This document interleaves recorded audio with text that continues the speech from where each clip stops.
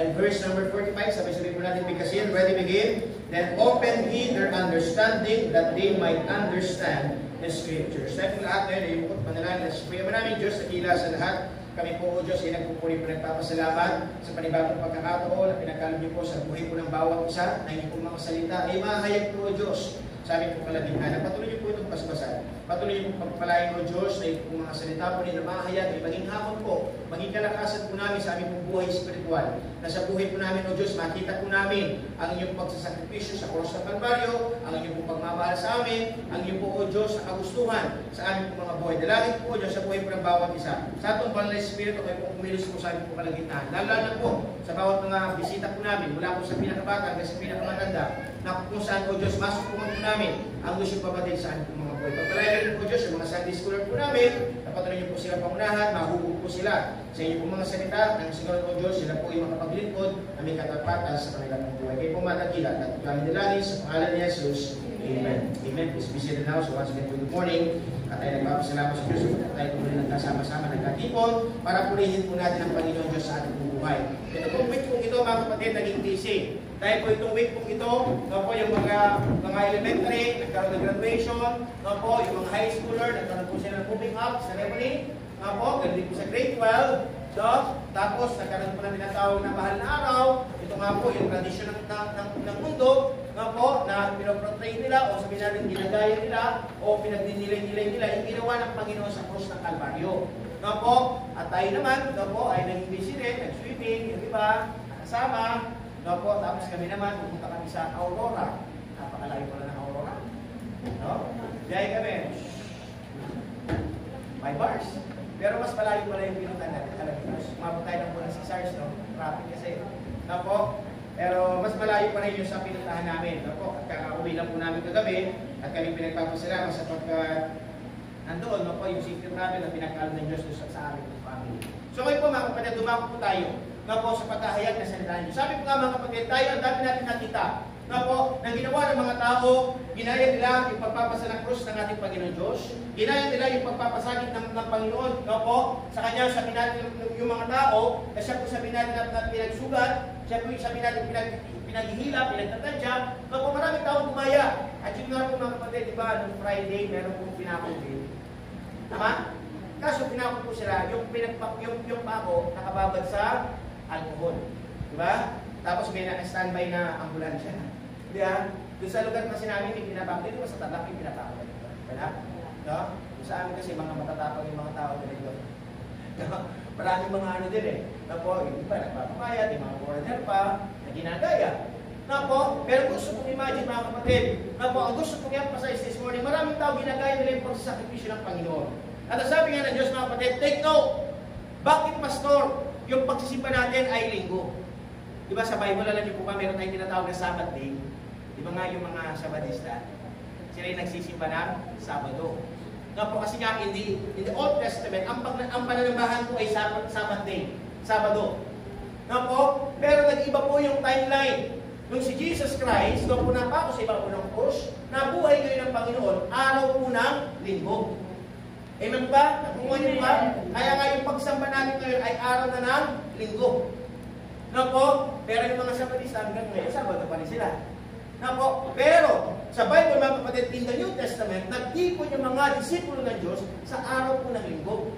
Na po, na ang Panginoon nabuhay maguli. Na po, babalikan natin yung verse natin, verse number 33. Na po, nasabi ng Panginoon, nandun yung mga 12 disciples ng Diyos. Sila po yung sabi natin natatakot. Dahil nga Panginoon, napako na siya sa ibabaw ng krus, tapos ikatlong araw, na po, pupuntahan siya. Kaso, sabi ng Panginoon mga kapatid, wala. Na po, wala si Jesus Christ doon. Na po, nasabi niyo mga kapatid sa verse number 34 saying, the Lord is risen indeed and appeared to Simon. Nagpakita daw ng Panginoon kay Simon. Na po, so ngayon natakot sila. Nagtipon yung mga 11 disciples ng Diyos. Na po, sa verse number 35, nagtipon sila. Tapos ang nangyari mga kapatid, and they told what things were done in the way and how he was known of them in breaking of bread.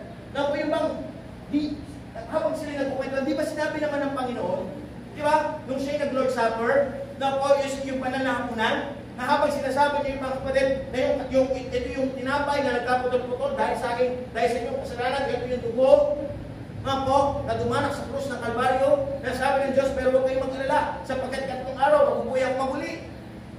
Nga po, so ngayon mga kapatid, sa verse number 36, nagpakita ang Diyos sa kanila. And as they thus spake, Jesus himself stood in the midst of them, and saith, Be peace unto you. Biglang nagpakita ang Panginoon ngayon, habang sila nag-uusap. Nga po, nasabi diyan, ang Diyos tumitaw sa kanila, kalagitnaan. Sabi niya, himself stood in the midst of them. Kapag sinabing in the midst of them, sa kalagitnaan, nagpakita ang Diyos. Nga po, nasabi ng Panginoon, kapayapaan na sumainyo. Pero nung nangyari mga kapatid, verse number 37, But they were terrified and affrighted, and supposed that they had seen a spirit. Natakot ngayon sila. Kasi bakit? Kasi nga alam nila si Kristo namatay sa krus ng Kalbaryo, nilibing. Nga po, nilagay pa nga doon sa libingan. Pero dito mga kapatid, biglang nagpakita ang Panginoon, natakot ngayon sila. Para ba sila nakakita ng multo? Nga po, diyan sa spirit, sabi niya po. Tapos sabi po sa verse number 38, And as he said unto them, Why are you troubled? Bakit kayo natatakot? Bakit kayo naguguluhan? And why do thoughts arise in your heads? Nga po, bakit kayo nagkakaroon ng palaisipan? Nga po, sa inyong mga puso. No, ano ba yung mga nangyari sa inyo? Sabi niya, hindi ko ba naalala yung sinabi ko sa inyo? So sabi ko dito mga kapatid, ito may pinaka-key verse ko natin, pero ito yung gusto ko kasi in verse number 39. Pero sabi ng Diyos, Behold, tignan nyo yung aking mga kamay.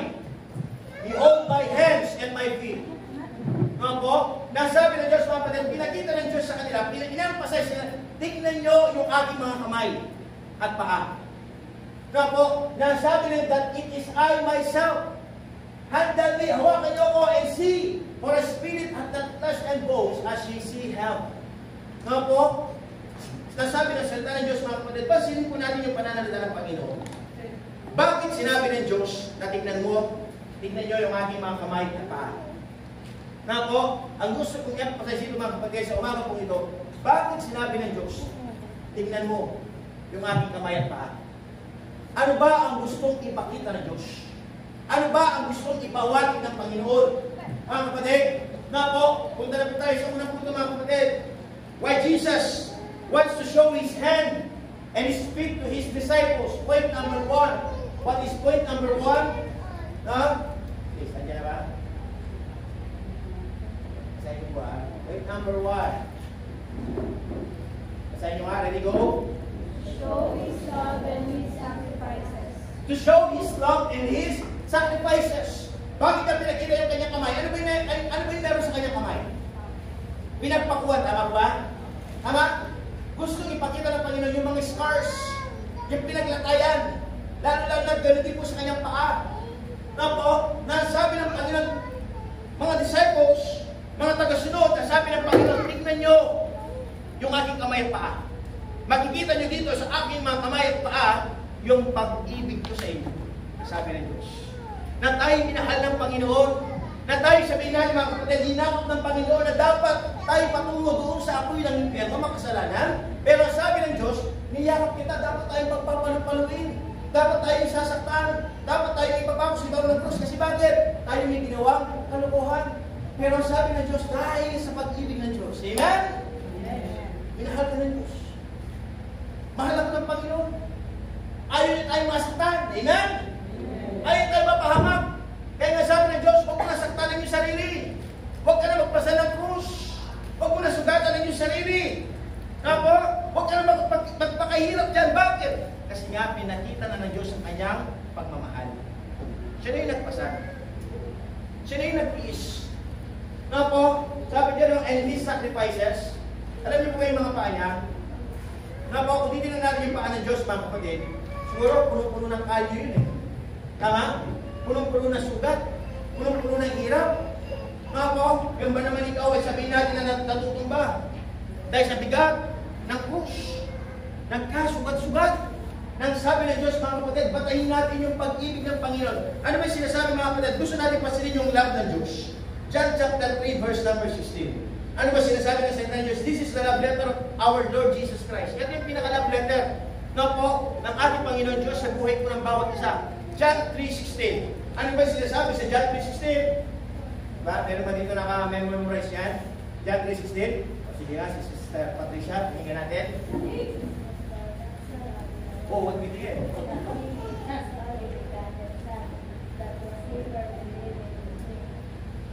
Should not. Yun, diba? Makita mo na. Pasilin niyo po dyan mga kapatid. Ito po, gusto i-emphasize ng Diyos yung kanyang love.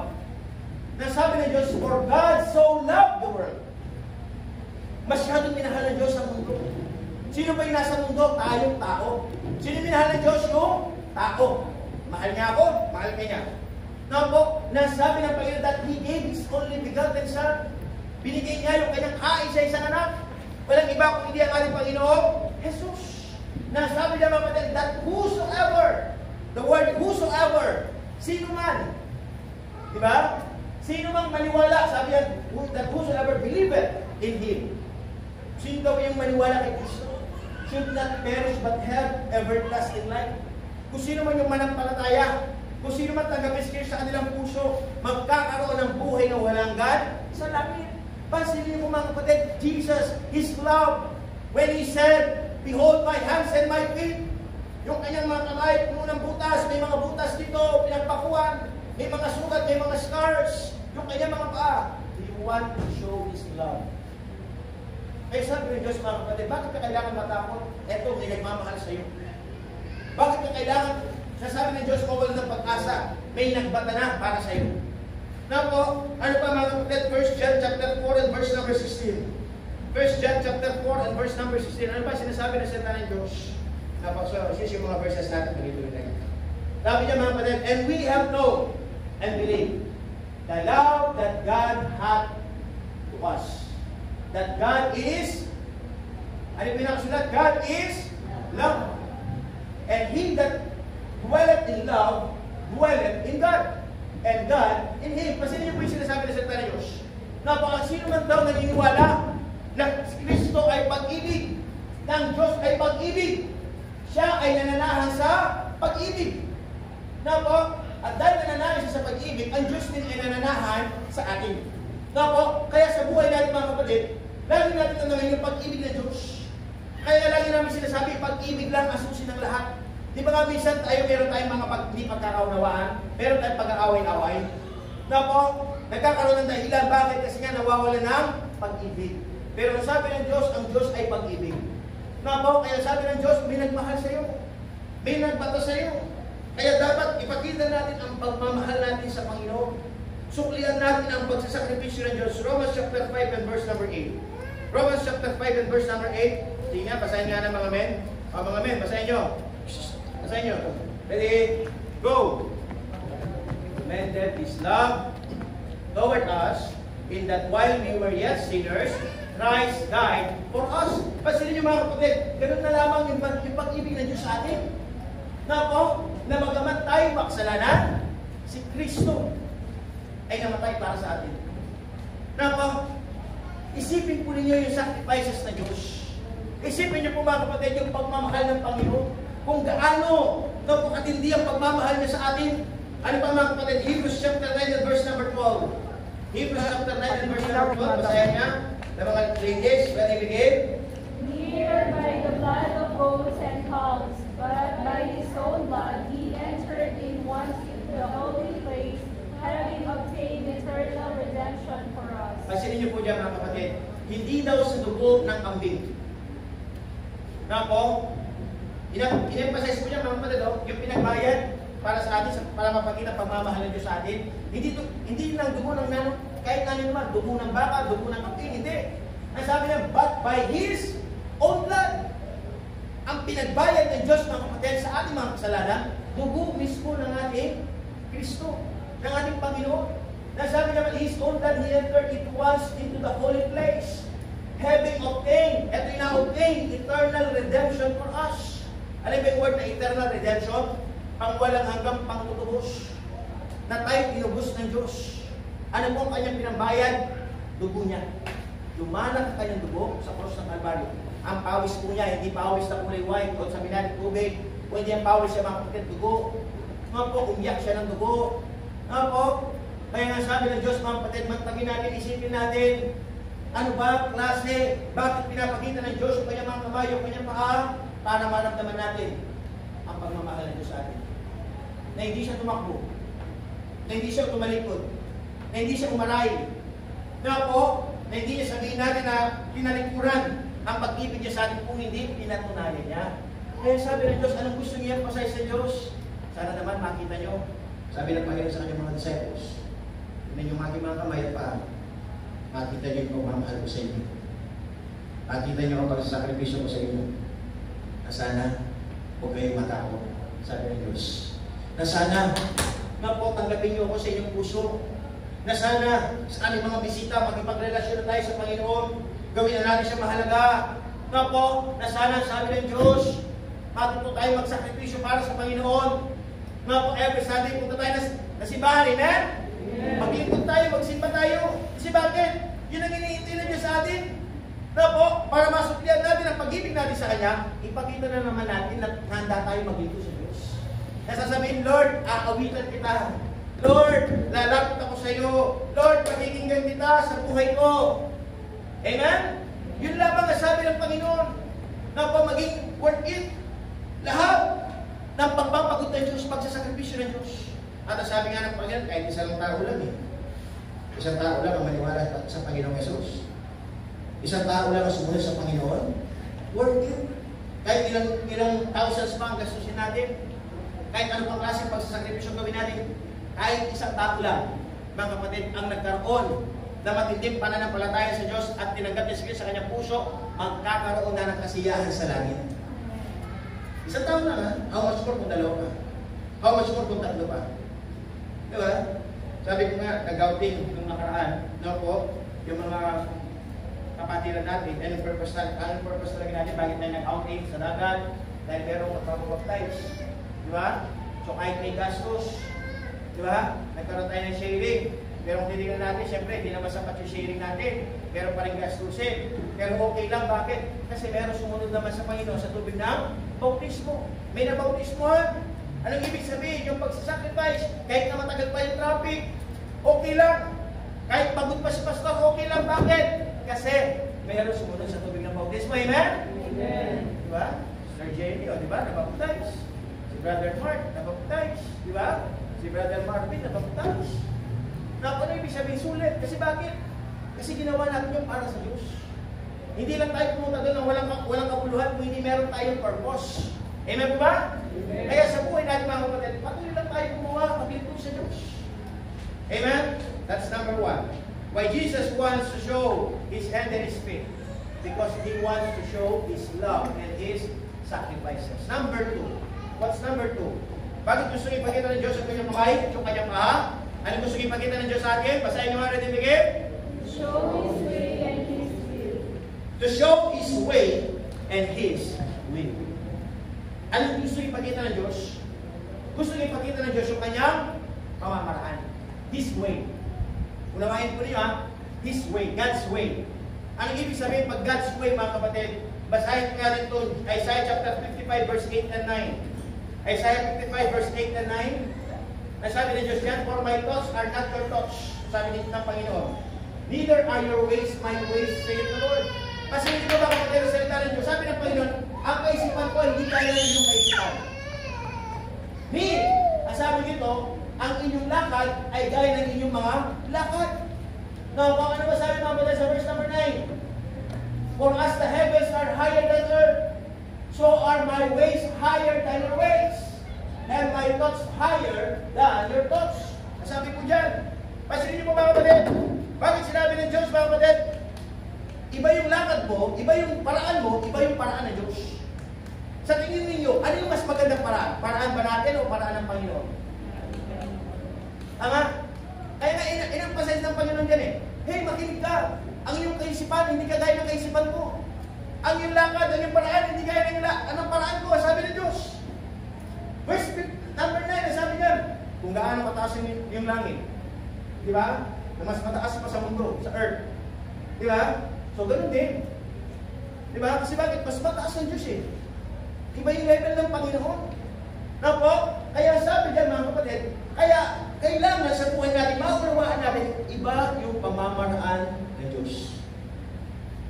Bakit niya pinapakita? Yung kanyang kamay, yung kanyang paa, kasi gusto yung ipakita yung kanyang paraan. Pero ano ginagawa ng tao? Gumagawa siya ng sariling paraan. Tama ba? Para siya maligtas. Para siya ipagawa ng Diyos sa kanyang kasalanan. Gumagawa siya ng kanyang sariling paraan. Ang sabi ng Diyos, hindi. That is not God's way. Diba? Pero hindi, pinipilit na tao. Hindi. Para magbukasan ng kasalanan ko. Saan mo mababasa sa Bible?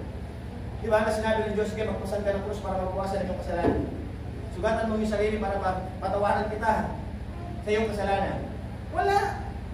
Ano ibig sabihin ng Panginoon mga kapatid? Hindi yan ang paraan ko, sabi ng Diyos. Yung sariling paraan mo yan. Nang sabi ng Panginoon, hindi mo pwedeng iligtas sa iyong sarili. Nako, hindi natin kayo piligtas. Kaya sabi ng Diyos, bakit niya pinapagitan yung kanyang kamay? Para ipakita yung paraan ng Diyos ay iba. Nako, Psalms chapter 19, verse 7 and 8. Sige nga, basahin nyo mga ladies. Ready, go. The law of the Lord is perfect, converting the soul. The testimony of the Lord is sure, making wise the simple. Verse 8. Verse 8. The statutes of the Lord are right, rejoicing the heart. The commandment of the Lord is pure, enlightening the eyes. Ayan po, emphasize lang po natin. Intindihin po natin yung sinabi natin. Balik po sa verse number 7. Pasilip po natin ang sinasabi ng Santa Diyos. Ang utusan ng Diyos ay sigurado sakdal, perfect. Ito po yung sinasabi niyang perfect, word of God. Now, this is the law of the Lord. Perfecto ito. Walang kapintasan.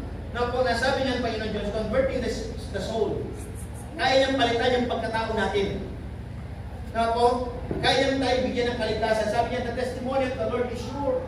Pag sinabi natin testimony, yung patutuo ng Diyos. Now po, pinakita niya kanyang pagbabal, pagsasakripisyo, sigurado yan. Nang sabi ng Panginoon, making wise the simple. Gagawin niya daw marunong yung simple. Masilin niyo po mga kapatid, ito yung pamamaraan ng Diyos. Na po na sa Panginoon, pwede kanyang gawin marunong. Sabi ng mundo, hindi, bubuka. Hindi, wala kang kaya. Hindi, wala kang magagawa. Pero sabi ni Diyos, pag kayo ay nagtiwala sa akin, sabi ng Diyos, kapag kayo tumanggap sa akin, gagawin kita marunong. Now, verse number 8.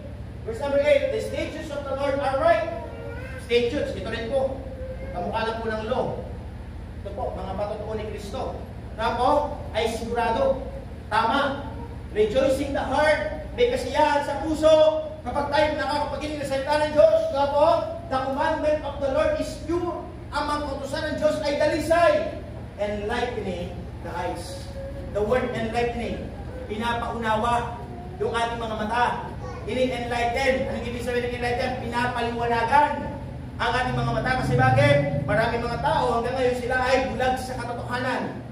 Bulag sa kasalanan. Pero sabi ng Diyos, mga kapatid, iba ang pamamaraan ng Diyos. Basta tayo na ay patuloy na makinig. Basta tayo ay patuloy na lumapit. Ang Diyos, paliliwanagan niya yung ating mga paningin. Kaya sabi ng Diyos, iba yung pamamaraan ng Diyos. Iba yung pamamaraan ng Diyos. Ano pa sabi ng Panginoon mga kapatid? John chapter 14 and verse number 6 is. Sige, jump na tayo. John chapter 14 and verse number 6. Ito yung lagi ko sinasabi sa inyo eh. John chapter 14 and verse number 6. Ano ba sabi ni Jesus Christ? Sabi nga, sabay-sabay ready to begin? Jesus said unto him, I am the way, the truth, and the life. No man cometh unto the Father but by me. Sabi ni Jesus Christ yan, ako ang daan. Di ba? Di ba nga, ang pinag-uusapan natin dito yung daan ng Diyos. His way. Bakit niya pinapakita yung kanyang kamay paa? Para maunawaan natin yung kanyang sariling daan. Yung kanyang sariling pamamaraan. Sapagkat nga sabi ni Kristo, ako ang daan. Ako ang pamamaraan. Sabi ng Panginoon, ako ang buhay at katotohanan. Walang sino ang paroroon sa Ama sa langit kung hindi sa pamamagitan ni Kristo. Hindi po sinabi dyan mga kapatid, religion is the way. Hindi religion ang daan patungo sa langit. Amen? Amen. Ay lahat, may iba't ibang klase ng religion. Sabi nga sa mga nabaptize, kayo nabaptize, hindi tayo nabaptize kayo para pumunta sa langit. Sapagkat walang religion ang magiging daan patungo sa langit. Sapagkat isa lamang ang daan patungo sa langit. Di ba? Kaya nga lagi sinasabi, na alam niyo ba si John? Si John, si Judas nagpabaptize din yun eh. Tama ba? Si Judas. Diba pinag-aralan natin nakaraan si Judas, nagpabaptize din siya kay John the Baptist. So ibig sabihin, si Judas, baptist din siya. Pero ang tanong, si Judas ba, nasa langit ba? Wala. Nabaptize yun ha, baptist yun ha. Pero wala sa langit. Kasi bakit? Kasi hindi naman siya totoo eh. Hindi talaga tinanggap si Kristo, gumawa na sa sariling pamamaraan. Gusto lang niya ng pera, gusto lang niya ng pakinabang. Pero, ang sabi ng Diyos mga kapatid, sino ba talaga yung daan patungo sa langit? Si Kristo. Kaya nga dapat sa buhay natin mga kapatid, tingnan natin ano ba yung way ng Diyos. His way. Hindi naman natin kalooban ng Diyos. Kanina, His way. Paraan ng Diyos. Tingnan natin yung kalooban ng Diyos. His will. Romans chapter 12 and verse number 2. Romans chapter 12 and verse number 2. Ano po ba sinasabi ng salita ng Diyos? Romans chapter 12 and verse number 2. Sabi ng Panginoon dyan, and be not conformed to this world, but be ye transformed by the renewing of your mind, that ye may prove what is that good and acceptable and perfect will of God. Nasabi ng Diyos dyan, mga kapatid, and be not conformed to this world. Huwag daw tayo masyado maging conforme sa mundo. Huwag daw tayo sumabay sa uso. Huwag daw tayo magigaya. Mga kabataan, di ba? Dahil ang mundo ito, powers ng powers, na dapat sabi ng Diyos, but be transformed by the renewing of your mind, na kailangan palitan ninyo ang inyong kaisipan. Kasi nga, nag-brainwash tayo. Kasi nga, nandito tayo minsan. Di ba? Ano kasi gusto ng mundo? Di ba? Spaghetti, pababa na pababa. Di ba? Yung mga babae. Di ba? Pababa na pababa ang standard. Di ba? Ano yung standard? Maraming mga Christopher. Di ba? Maraming mga babaeng makawala. Di ba? Kaya dapat naman kayo, huwag kayong mag-isabay doon. Dapat magbago. Di ba? Dapat bini-bini. Bihira, no? Hindi bini, ha? Iba rin yun. Di ba? Yung ngayon, yung bini, eh. Di ba? Sino may alam doon sa mga bini? Gano'n, no? Anis-anis. Di ba? No? Magpaka-bini-bini. Hindi bini. Kasi yung bini, hindi na rin bini-bini. Di ba? Alam niyo ba si Maria Clara? Alam niyo ba si Maria Clara? Di ba? Pati yung tawa ng tinatakpan ng kamay pa eh. Di ba? Kasi nga, ano yun eh. Di ba? Pag sinabing Maria Clara, ibig sabihin, hindi makatawag pansin, di ba? Maayos, manamit, hindi magaslaw. No? Pati nga tawa, tinatakpan. Di ba? Kaya si Maria Clara eh. Di ba? Pero ngayon yung mga pa, diba? Ala ng marine. Lulto naman, pati kalag mo. Diba? Pero dati, diba? Umay-pay lang. Tapos lagi lang matay ko. Diba? Yung mga sinaunang tao, diba? Ganun yung mga Maria Clara. Diba? Tapos yung damit talagang mahaba. No? Pero ngayon, paligitan na. Kaya sabi ng Diyos, mga dapat mag-iba ng isip. Bakit? Kasi sabi ng Diyos, that ye may prove. Para patunayan nyo na po, what is that good? Ano yung tama? And acceptable, ano yung katanggap-tanggap, and perfect pagkasakdal. Yung pinakahuli mga kapatid, na kalooban ng Panginoon. Will of God. Na po, ano yung kalooban ng Diyos? Ang kalooban ng Panginoon lagi tama. Di ba nga sabi ko po sa inyo, meron dalawang kalooban. Perfect will, which is God's will. Permissive will. Yung permissive will, kalooban lang ng tao. Kagustuhan ng tao. Pinipilit niya kahit mali. Nangyayari naman kasi bakit pinipilit eh? Kaso, may consequence. No po? Dahil pinilit mo lang, ikaw lang yung may gusto, ayaw ng Diyos. Pero dahil meron ka sariling kaisipan, meron ka sariling pamamaraan, sabi ng Panginoon, sige, pwedeng mangyari yan. Kaso, sabi ng Diyos, maghihirap ka, masasaktan ka. Kasi bakit? Kasi hindi yun yung kalooban mo. Kayo, anong gusto nyo? Anong gusto nyo sundin? Permissive will o perfect will? Yung permissive will, iniulit ko, kalooban ng tao.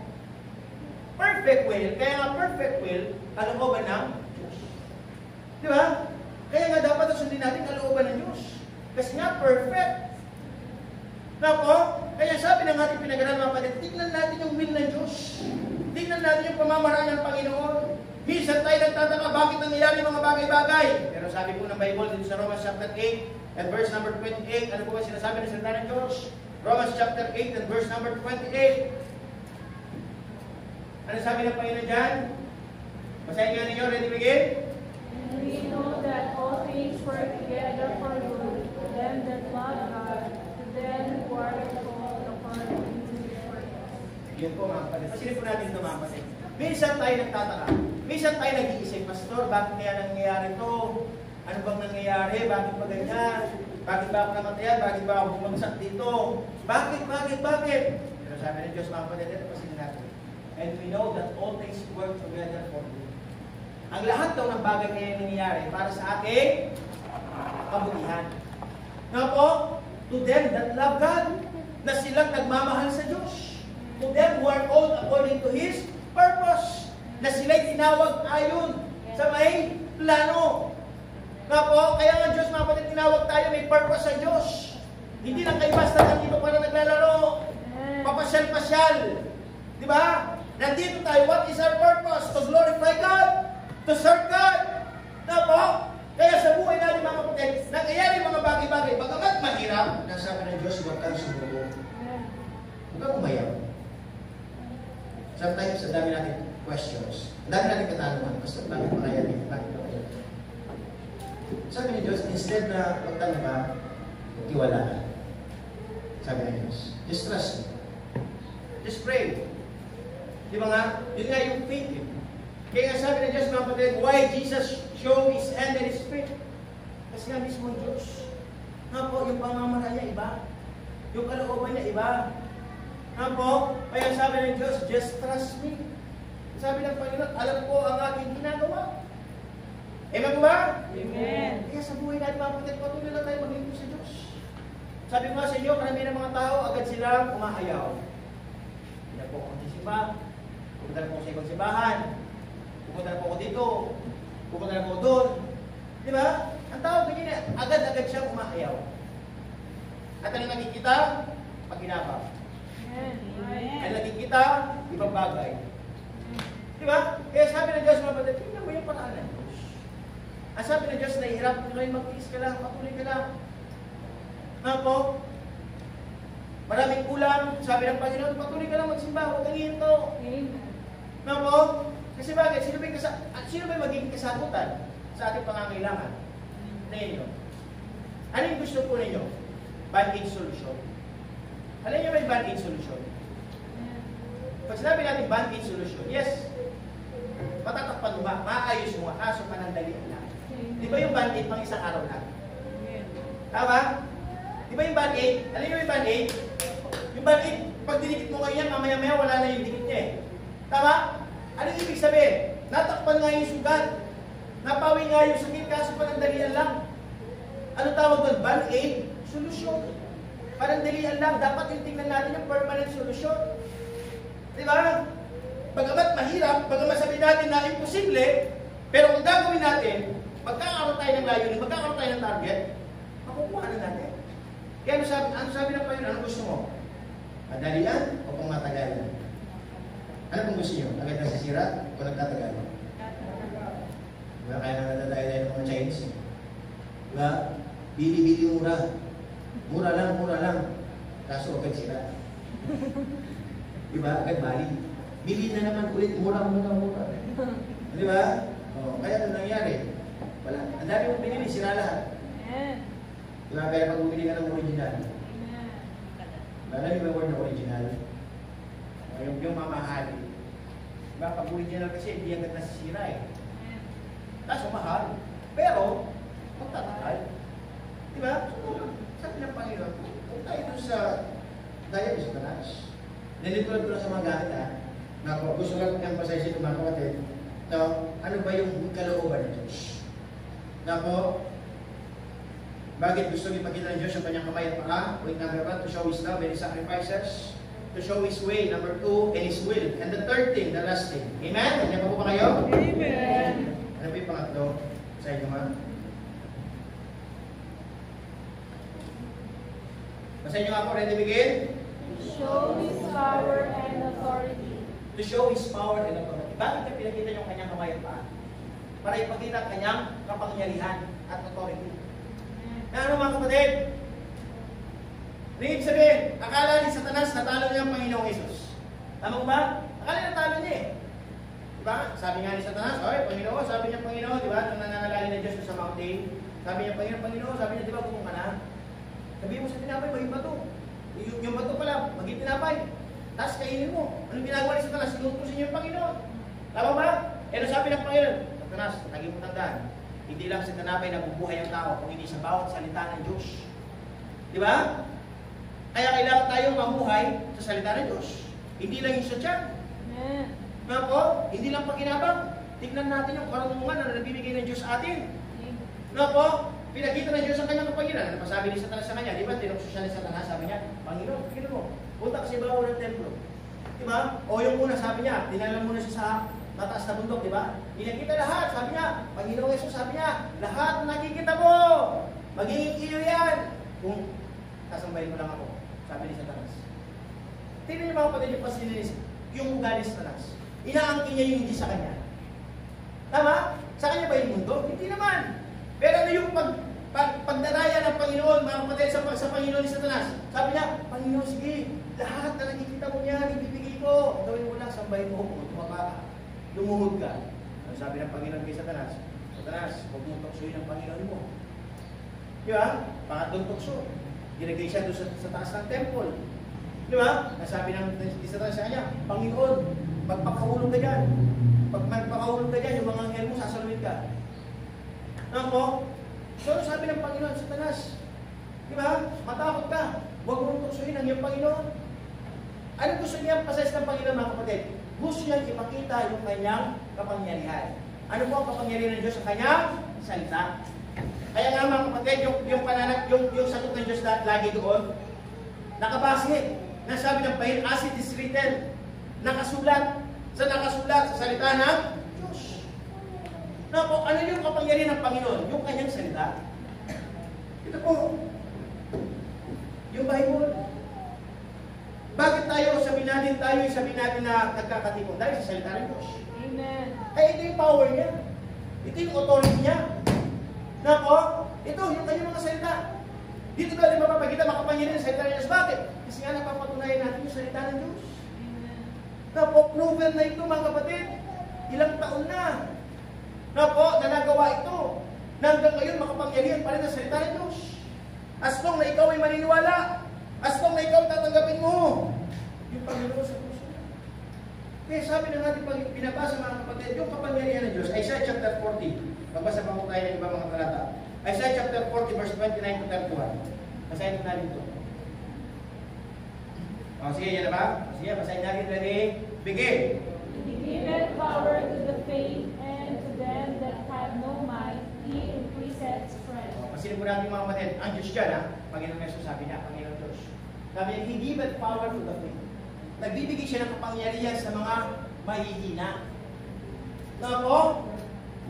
And to them that have no might, walang kalakasan, tinataas niya ang kanyang strength. Na po? Ano ba mga kapatid? Verse 30. Even the youth shall faint and be weary. Mapagod at manlumay pa yung mga kabataan. And the young men shall utterly fall. Yung mga malalakas na kabataan, lalaki, na sila ay sabi natin babagsak. Verse 31. But they that wait upon the Lord shall renew their strength. Pero yung mga naghihintay sa Diyos, di ba? Nasabi niya Panginoon, i-renew yung kanilang kalakasan. And they shall mount up with wings as eagles. Na para pag sila ay sabi natin nilipad pataas sa kagaya ng mga agila. They shall run and not be weary. They shall walk and not faint. Di ba yung mga agila? Ano yung mga agila? Sa taas lang yun eh. Di ba napapagod yun? Napakataas. Ganyan yun, no? Di ba? Yung sinasabi ng Diyos. Sino magiging kagaya yan? Yung mga naghihintay sa Panginoon. Amen. Di ba? Kamukha tayo, mga Kristiyano. Hinihintay natin ang Diyos. Kasi yung muling babalik. Habang tayo naghihintay, dapat tayo maglingkod. Di ba nga? Dahil yung sinasabi sa inyo, pag naghihintay tayo, pag wala kang ginagawa, nahihihin ka. Pero kapag naghihintay ka, meron kang ginagawa, hindi ka mahihinip. Tama ba? Kaya sabi ng Diyos, mga kapatid, patuloy ka lang maglingkod sa Diyos.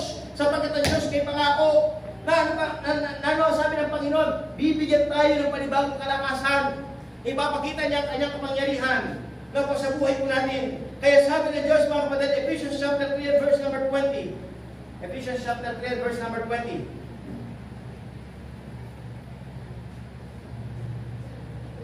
Sabi niya, mga kapatid, unto Him that is able to do exceeding abundantly above all that we ask or think according to the power that worketh in us.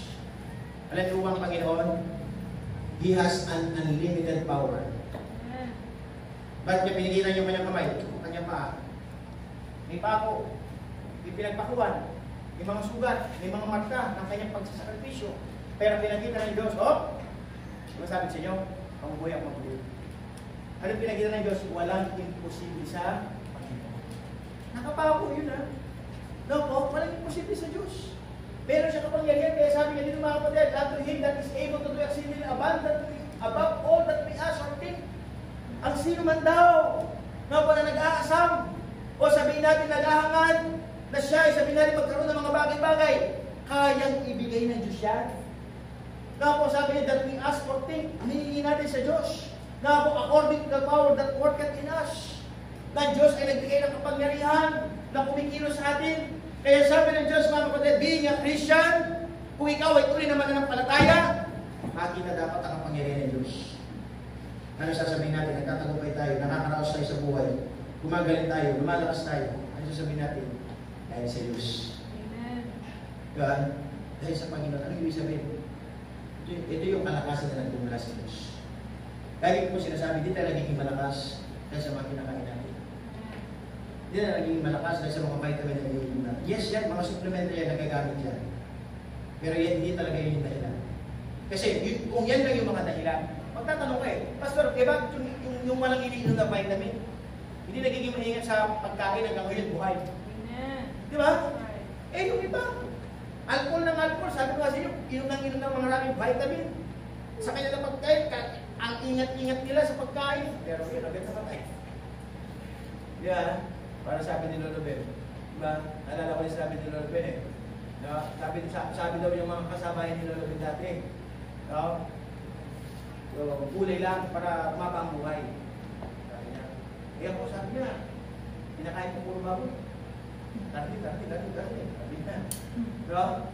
Pero pastor, alam mo, yung mga kaibigan mo, yun, namatay na lahat. Kumakain ng gulay Si pastor sabi niya, alam mo bakit naman sila agad? Kasi yung mga gulay ngayon, iba na may pesticides na. May panulong na kaya meron ganun diba? So ano sabi ko sa kanya? Sabi ko, hindi mo, sa totoo lamang po, sa'yo ko pinabubuhay sa kagustuhan ng Diyos. Amen. Diba? Kaya nga dapat patuloy natin kunin yung kagustuhan ng Diyos. Patuloy ka magpagamit, patuloy ka magsimpa, patuloy ka maglingkod, para nang sa ganun mga kapatid, na po, nasasabihin ng Panginoon, ay kagamit-gamit ito, pahabain ko ang buhay, ay kagamit-gamit ito, ibibigay ko yung kanyang pangarap, ay, nakakatuwa naman yung mga batang ito, diba? Naglilingkod sila sa Panginoon, diba? Gagawin ko silang marunong, diba? Hayaan ko yung kanilang future. Kasi bakit? Nagiging kagamit-gamit. At gano'n, imposible pa po ba yan, Pastor? Hindi!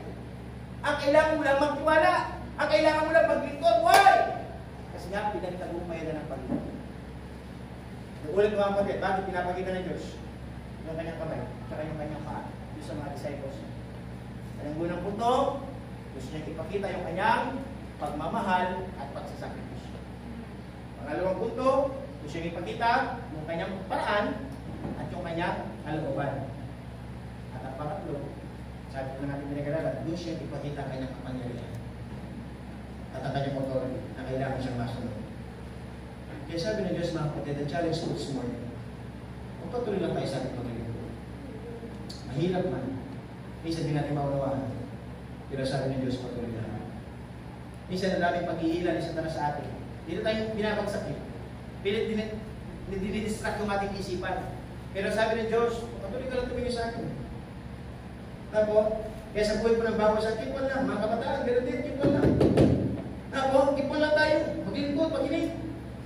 Tapos, mag-educate pa sa kalooban ng Diyos sa buhay natin. Sapagkat, ang Diyos, hindi po siya nabayubay sa ibang ng sa walang kabuluhan. Sapagkat ang sabi ng Diyos, ako'y muling nabuhay. Tapos, Jesus rose again. He is risen. Sabi nga. Ako, kaya sabi ng Diyos, ay mga totoong Kristyano, magpatuloy tayo sa ating paglilingkod. Lagi natin pasalamatan ng Diyos. Lord, salamat sa pag-ibig mo sa akin. Lord, salamat sa iyong pagsakripisyo. Bagamat ako, marami akong pagkakamali, pero hindi ka nagsasawa sa akin. Would you imagine? Tayo, pilit tayong, paulit-ulit na lang tayo sa mga gawain na hindi tama, pero ang Diyos pilit nagtsatsaga sa atin. Ang Diyos, binibigyan tayo ng pasensya eh. Binibigyan mo ng pagkakataon kasi bakit? Buhay ka pa eh. Di ba? Mararamdaman mo na ang Diyos, tapos sa sayo, kapag kinuha ng buhay mo. Kaya sabi ng Diyos, agad buhay ka, tignan mo yung pagkakataon. Meron pang plano ng Diyos. Meron pang nais sa Diyos na ipagawa sa atin.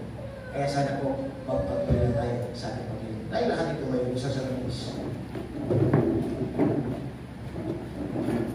Sige po, Ms. Marwael.